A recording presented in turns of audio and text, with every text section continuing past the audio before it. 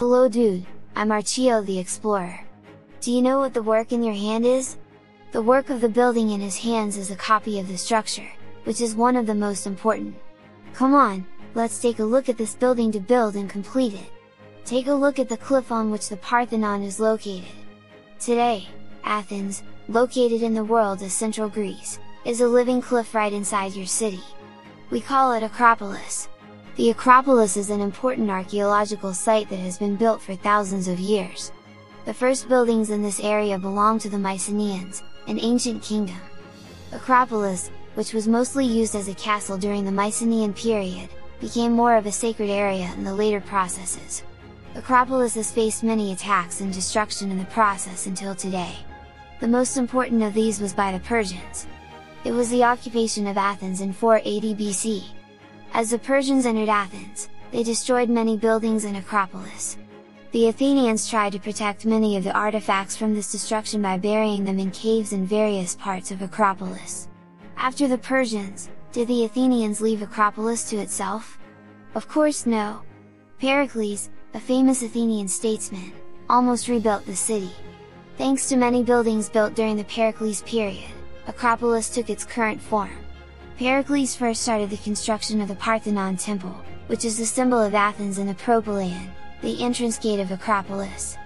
Archaeologists have determined that during this construction work of Pericles, more than 20,000 tons of marble were used in total. Let's take a closer look at the Parthenon temple that Pericles wanted to be built. The Parthenon, one of the symbols of ancient Greece, is also shown among the iconic symbols of Athenian democracy. It is believed that the Parthenon temple was built in the name of Athena, a warrior woman. The reason for this belief is thought to have come from the Athena Parthenos, which was erected in the Parthenon temple by a master named Phidias, a famous sculptor. There are huge pillars around the Parthenon temple. With the help of these columns, the roof of the temple can stand. We archaeologists identify the columns as the Doric style because of their construction features. The Athenians gave so much importance to the Parthenon temple that they told their legends with reliefs on each point of the temple. In the press of these reliefs, there are narratives about the emergence of the warrior woman Athena and the war between the Persians and Athenians. The Parthenon temple has been an important building for many religious beliefs throughout the historical process. The temple served as a church at the beginning of the 6th century. Later, during the Ottoman Empire, a minaret was added next to the temple and it served as a mosque for many years. My friend, the Pantheon temple was perhaps most damaged during the war between the Ottomans and Venice in 1687. The Ottoman Empire was using the Pantheon temple as an arsenal at that time.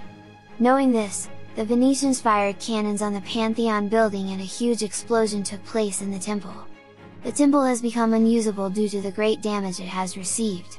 My friend, the Parthenon building is so important to the world heritage, that despite being destroyed many times over the centuries, it has been repaired and rebuilt every time.